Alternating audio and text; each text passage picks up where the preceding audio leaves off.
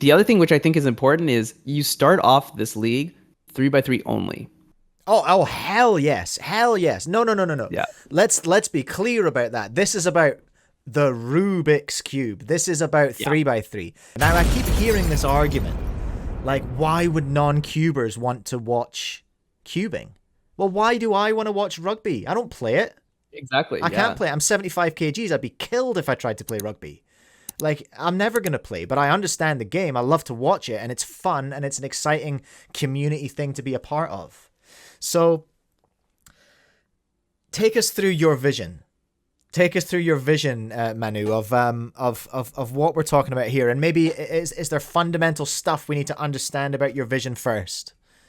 Yeah, so here's the first thing. I will also put the disclaimer out there. I'm not trying to get rid of the WCA, because as Mike has mentioned, and as you know, literally everyone I've talked to about things like this, right?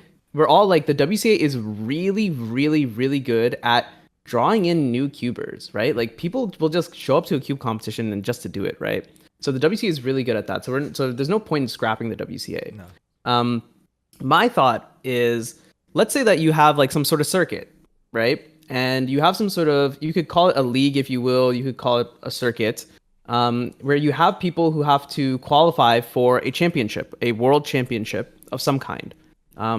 And at the world championship, you have a head-to-head bracket where you have two people go off against each other, and it comes down to just right then and there, who is better than the other one. Now, I think in that kind of format, it doesn't make sense to do an average of 5, because an average of 5, A, it's confusing to the audience, and B, it doesn't have the same satisfying, like, instant gratification factor. You can tell based on one single who's won and who's lost, right? But of course, you don't necessarily want to blame everything on one single. So you can just have a set of singles. Like, you could do like first to 5, first to 7, something like that. And that like eliminates a little bit more of the variance, such that the people who are truly better, on average, are going to probably perform better. But then you also have the opportunity for someone to steal 3 singles off of like Maddie or something like that, right? From there, you have a head-to-head, I think a double elimination bracket, because I loved the fact that Timon got knocked out in GAN SSL finals round 1. And then he had to make a loser's comeback where he had to beat everyone, including Xuanyi, including Maddie. I think he also went up against Leo as well. And he had to beat all of those people to finally make it back to Yiheng to have a chance to win the whole thing. That is just hype. Yeah, that was really cool. You see that a lot in esports too. There's a lot of esports that have the double eliminations. I've got to give a shout out to GAN for SSL.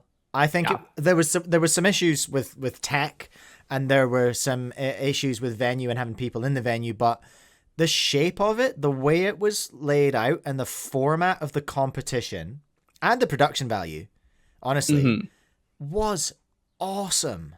Like, that was so exciting, and that's where you saw. That's exactly what you're talking about. That losers bracket comeback. That, who did he get knocked out by in the first instance? Was it Yi? Xuanyi, I think. Xuanyi. I think Xuanyi, yeah. So we need, I think, and this is something I talked about because I asked you guys on the podcast, what would be your radical change that you would make, and the one that I suggested is ditching average of 5 in whatever format we take to the public, to the new public who haven't seen speedcubing, because I really liked Red Bull. I forget exactly what the format was, but it wasn't averages. It was head-to-head battles, I'm pretty sure, in Red Bull. Yeah, I'm pretty sure it was head-to-head. I don't remember if they just did one solve. Maybe they did like best of 3. I'm gonna go and see if I can look at the results from 2020. I mean, the other thing I do want to mention real fast is the other thing which I think is important is you start off this league 3x3 only. Oh, hell yes. Hell yes. No. Yeah. Let's be clear about that. This is about the Rubik's Cube. This is about 3x3. Because again, that's another thing that people who aren't into cubing are just not ready for. It's too much. And that might sound silly, but it's like you've lost them once you start talking about other puzzles. Yes, they exist. They will always exist. Exactly. They will always be around. But there is no need for side events of any kind in a pro cubing league. It's all about 3x3 and 3x3 only. Yeah. I mean, you could totally have like events where you have like one-off events, right? Where you have like some other puzzle, right? Like you throw a 4x4 in, or something that like, because sure, 3x3 is a touch short, right? So if you have something a little bit longer, maybe that would hold the audience a little bit better. I could see an argument for that. But I think the main format is always going to be 3x3. Yeah. It just has to be. I'd push back on that though, because throwing the cornhole bag, how long does that last? It's not fair enough. You know what I mean? Like I don't think that's a good enough argument to have longer events, because a 3x3 solve is still, for someone like you who actually knows what's going on and can break it down, like seeing a slow-mo replay, you're able to go, okay, so he's double X cross or whatever, this has happened, then he's skipped here or whatever. Like you're able to do that immediate breakdown with a decent replay. And that's kind of always been Matt Mayernick's like driving thing, hasn't it? Because he did replay for a sport. He was on the show and told me about that. Yep. And that is vitally important, hey? Yeah, I mean, I think so we saw some replays happen at Asian Champs also. And that was really good to see, because you could see the commentators be able to like kind of dissect solves a little bit finer.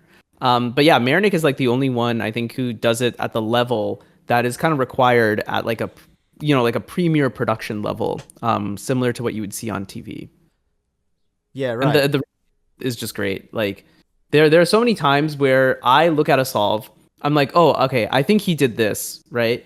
And then you go back and see that it's like, oh no, it was actually a completely different solution. Or it's like, oh, I thought it was this ZB, but it's actually this ZB, which is a harder one, and therefore you can talk about that, right? And say like, oh, instead of this being this simple one that everyone knows, it's actually this more complicated thing, which really shows you the knowledge of the solver themselves. Yes. Yeah, no, absolutely. I'm trying to find exactly what the format was in Red Bull, but I haven't been able to find it. I'm just looking back at the podiums now, and then they did something cool that I'd forgotten about that they did, which I think I would love to see in pro as well. And I'm interested to hear your opinion. I'm dropping this one right on you, but they had a speedcubing mixed podium and they had a speedcubing female podium as well, right? Yeah, and that's kind of ahead of the game in a sense. It's an interesting one, because you can be like, well, equality means that we shouldn't have that. And it's just like, well, that's kind of ignoring what the issue is, though, really. That's ignoring the reality of what we're seeing in our community.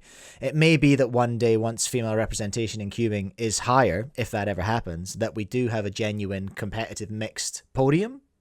Mm-hmm. But it seems to me that there is a need for a female podium. And I think that in itself is going to do a job of representation to girls who might want to pick up speed cubing.